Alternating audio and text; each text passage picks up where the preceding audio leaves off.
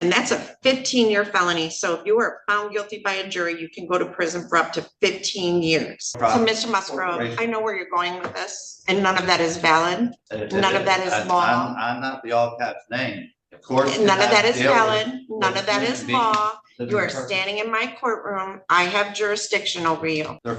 Still a crime. Still a crime. But I'm not Still a crime. corporation. I'm a living person. Yep, and that's why you're standing in front of me. If you were dead, the case would be dismissed. So, Mr. Dagger Margosian, how do you wish to proceed?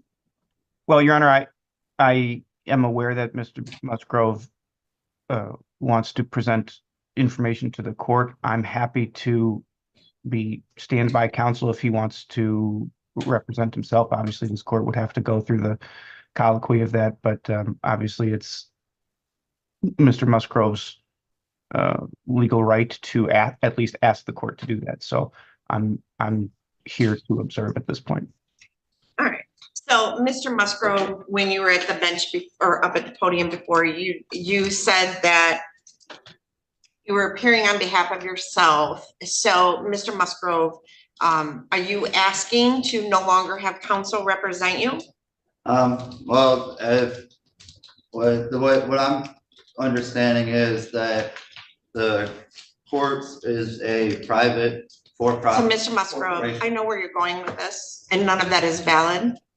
None of that is law. I'm not the all caps name. Of course. None of that is valid. None of that is law. You are standing in my courtroom. I have jurisdiction over you. So. I tried to file paperwork with the clerk's office ahead of time so that you would have time to review it, and they denied me. I know what you're talking about. None of that is valid under the law of the state of Michigan or the Constitution of the United States of America. In a courtroom exchange that has quickly become legendary across social media, what began as a standard hearing turned into a dramatic, unforgettable, and deeply satisfying moment of reality colliding with delusion. The scene opens on a Zoom courtroom, the judge sitting poised, calm, and in full command of her authority, while on another screen appears a man who clearly believes he has cracked the code of the legal system. A self-proclaimed sovereign citizen, he starts the hearing not with humility or respect, but with the smug confidence of someone convinced he's about to outsmart the entire justice system using a string of half-understood legal buzzwords and conspiracy-laden ideology.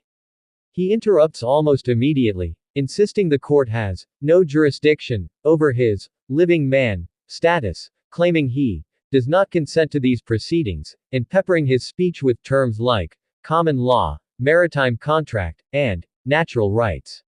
Each phrase sounds official enough to the untrained ear, but to the judge, and to anyone who actually understands the law, it's pure nonsense. The judge listens patiently at first, trying to give him a fair chance to explain himself, but it quickly becomes clear that this man isn't here to cooperate, he's here to perform. He keeps speaking over her, his tone growing louder, as if volume could substitute for truth. He claims that his name, as written on the legal documents, represents a corporate entity created by the government, that he himself is a private man outside of the system, and that the court must prove its authority before he can be tried. Every sentence he utters is like a new chapter in a fictional law book that exists only in his mind. The judge, maintaining remarkable composure, begins responding point by point, not with emotion, but with surgical precision. Her voice remains steady as she explains that jurisdiction is determined by law, not by consent, that citizenship cannot be revoked through wordplay, and that sovereign citizen theories have been dismissed by courts nationwide as legally meaningless. The contrast between his rambling and her clarity is striking. The courtroom, virtual as it may be, feels like a stage where reality itself is asserting dominance over delusion. But the sovereign citizen refuses to back down. He interrupts again, gesturing passionately, accusing the judge of violating his rights and committing fraud against the people. His confidence borders on arrogance, his tone dripping with self-righteous indignation. To him, every correction is proof of corruption, every fact is an attack on his imagined sovereignty. The judge, realizing that logic alone won't reach him, shifts her tone, firmer now, with a sharp edge that commands absolute attention. She starts to fire back, line by line, dismantling his every argument. Sir, she says, you are not above the law. You are not exempt from its jurisdiction.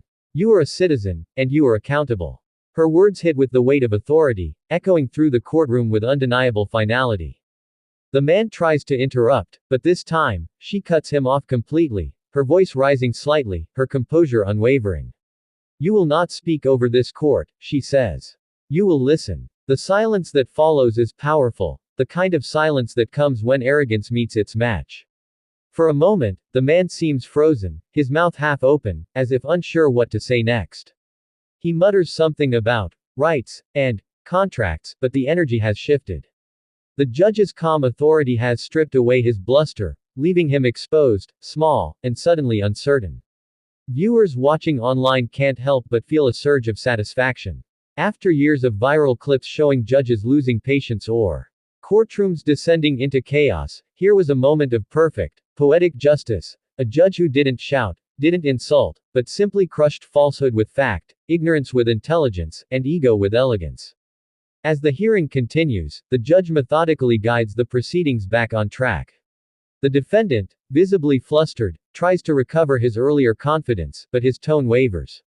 The judge's words had done more than silence him, they had dismantled the illusion he lived in. Each time he tries to throw in another, legal-sounding, phrase, she counters it effortlessly, her knowledge shining through with every sentence. Eventually, realizing he can no longer control the situation, he falls quiet. For the first time, he listens. When the session concludes, the judge delivers her final statement, clear, firm, and deeply resonant. No one is above the law, not by title, not by theory, not by self-declaration. This court stands on the authority of the people, and you are subject to it, whether you accept it or not. Her words hang in the air like a verdict not just for him, but for the entire movement he represents, a movement built on arrogance, misinformation, and the belief that shouting, "I do not consent," can undo centuries of law. As the video ends, the internet lights up with reactions. Viewers praise the judge for her composure, intelligence, and unwavering control, calling her performance a masterclass in legal authority. Clips circulate on social media with titles like, "Judge obliterates sovereign citizens' fantasy," and "Reality finally wins in court." Commenters celebrate the satisfying balance of humor and justice, the way she managed to humiliate ignorance without cruelty.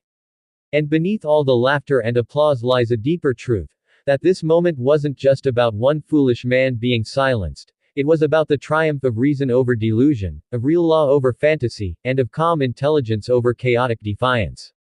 The sovereign citizen may have entered the courtroom believing he was unstoppable, but by the end, he was silent, his theories shattered, his pride dissolved, and his arrogance replaced with the unmistakable weight of truth. And that's a 15-year felony. So if you are found guilty by a jury, you can go to prison for up to 15 years. So Mr. Musgrove, I know where you're going with this, and none of that is valid. None of that is law. I'm not the all caps name. Of course. None of that is valid. None of that is law. You are standing in my courtroom. I have jurisdiction over you.